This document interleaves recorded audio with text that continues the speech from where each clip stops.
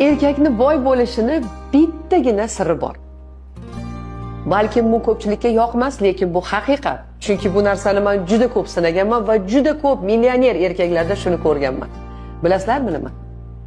Boy bo'lish uchun erkak kishi uyidagi ayoliga, oilasiga saxiy bo'lish kerak. Saxiy, ya'ni moddiy tomondan muhabbat, e'tibor, g'amxo'rlik har tomonlama saxiy erkakni ishi yurishadi. Unga kerakli vaziyatlar o'zidan o'zi keladi.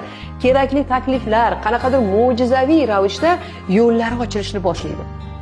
Erkakni badavlat bo'lishi, karyera qilishi, hamma narsaga erishish uchun shu bittagina narsa o'z oilasiga saxiy bo'lgani kifoya. Erkakni boy bo'lishini bittagina siri bor.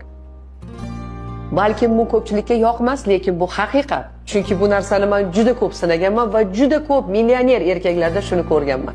Bilasizlarmi nima? Boy bo'lish uchun erkak kishi uyidagi ayoliga, oilasiga saxiy bo'lish kerak. Saxiy, ya'ni moddiy tomondan muhabbat, e'tibor, g'amxo'rlik